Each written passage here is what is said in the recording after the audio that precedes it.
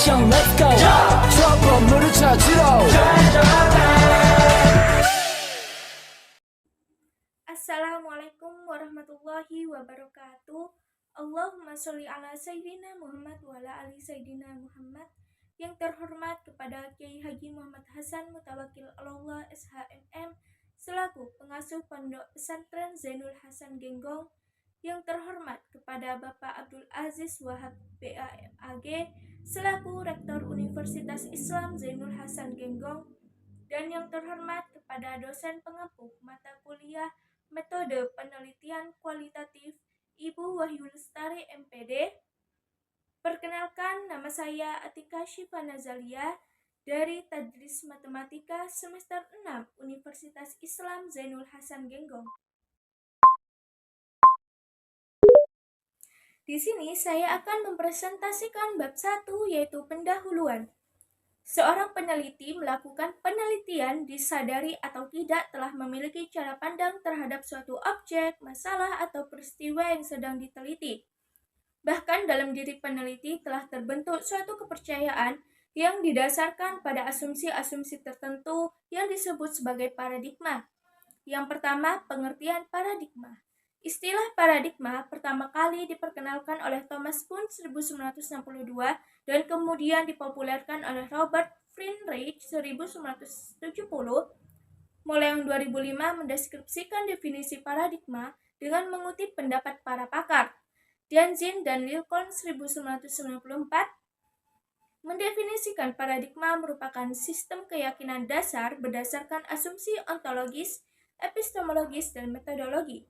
Sedangkan Gubas 1990 menyatakan suatu paradigma dapat dicirikan oleh respon terhadap 3 pertanyaan mendasar, yaitu pertanyaan ontologi, epistemologi, dan metodologi.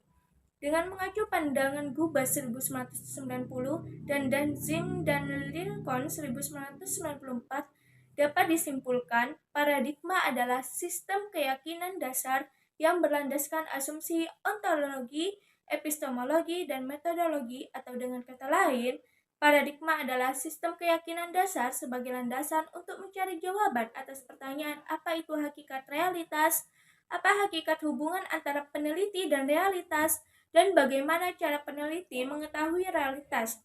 Paradigma penelitian merupakan dasar pijakan untuk mencermati hakikat fenomena atau gejala alam semesta yang dapat dipandang sebagai realitas tunggal dan dapat pula dipandang sebagai realitas ganda atau jamak. Yang kedua, paradigma dan metodologi penelitian. Paradigma sebagai pandangan yang mengarahkan peneliti dalam menentukan metodologi dan kerangka ontologisnya, yaitu bagaimana peneliti melihat hakikat fenomena yang dihadapi, apakah fenomena itu dipandang sebagai realitas tunggal atau sebagai realitas ganda. Konsekuensi dari kedua pandangan tersebut berbeda satu sama lain, yaitu yang pertama, apabila realitas dipandang sebagai realitas tunggal, maka realitas itu bisa dipisahkan dengan realitas yang lain dan dengan demikian, masing-masing dapat diteliti sendiri-sendiri secara konkret dan objektif. Yang kedua, apabila realitas itu dipandang sebagai realitas ganda, maka realitas itu tidak bisa dibagi-bagi menjadi bagian-bagian yang terpisah satu sama lain. Akan tetapi harus diberlakukan sebagai suatu kebulatan yang utuh, yang holistik seperti yang berjalan secara alamiah tanpa rekayasa.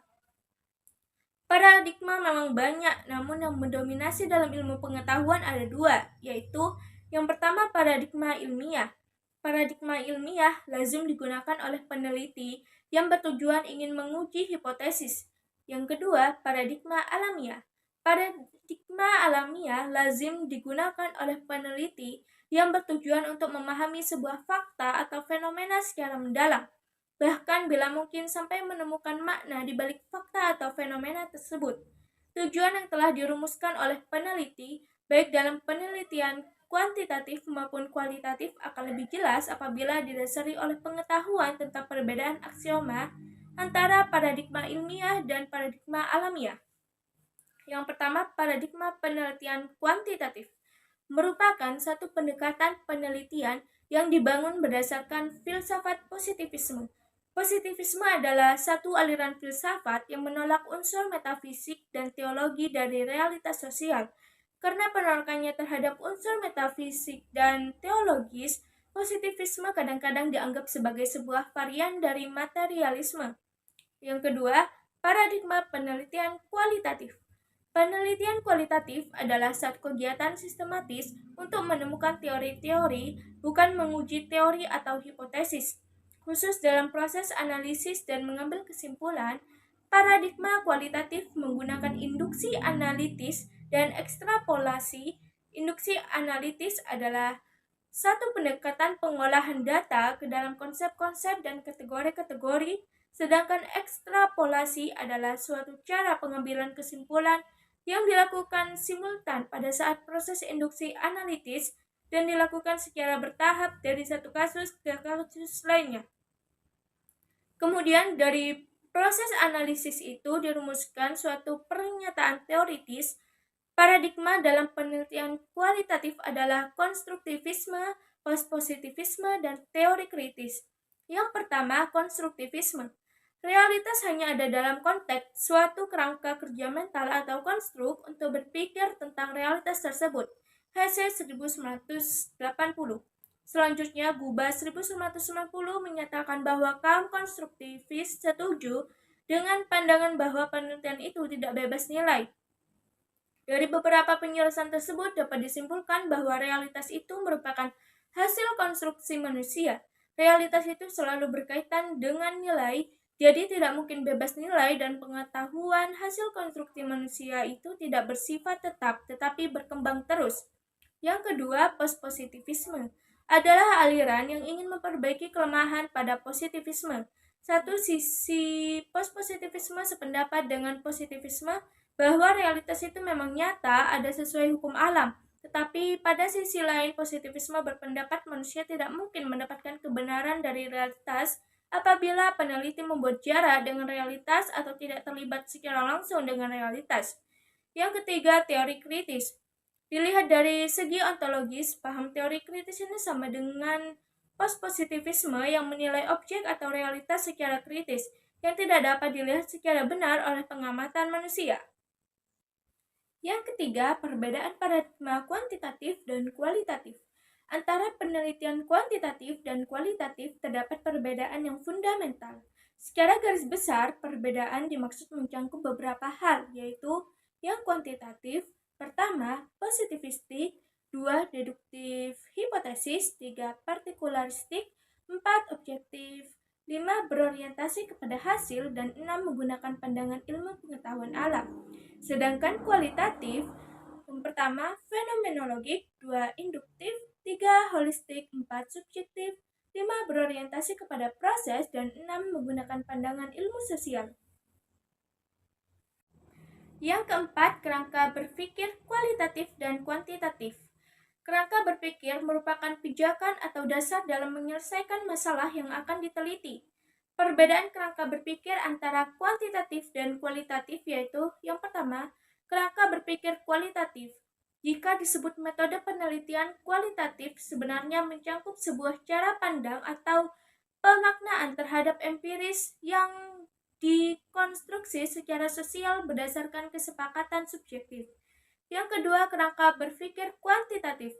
Dalam kerangka berpikir, peneliti dapat menjelaskan secara komprehensif variabel-variabel apa saja yang diteliti dan dari teori apa variabel-variabel itu diturunkan serta mengapa variabel-variabel itu saja yang diteliti.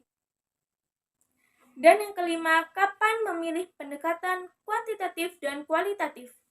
Antara metode penelitian kuantitatif dan kualitatif tidak perlu dipertentangkan karena saling melengkapi dan masing-masing memiliki keunggulan dan kelemahan. Yang pertama, penggunaan metode kuantitatif. Terutama metode survei dan eksperimen digunakan apabila masalah penelitian sudah jelas, peneliti ingin mendapatkan informasi yang luas dari suatu populasi, bila ingin diketahui pengaruh perlakuan atau treatment tertentu terhadap yang lain, bila peneliti bermaksud menguji hipotesis penelitian, bila peneliti ingin mendapatkan data yang akurat berdasarkan fenomena yang empiris dan dapat diukur, dan bila ingin menguji terhadap adanya keraguan-raguan tentang validitas pengetahuan, teori, dan produk tertentu. Yang kedua, penggunaan metode kualitatif digunakan apabila masalah penelitian belum jelas, masih remang-remang atau mungkin malah masih gelap, untuk memahami makna di balik data yang tampak, untuk memahami interaksi sosial, memahami perasaan orang, untuk mengembangkan teori, untuk memastikan kebenaran data, dan meneliti sejarah perkembangan. Yang ketiga, metode kombinasi kualitatif dan kuantitatif.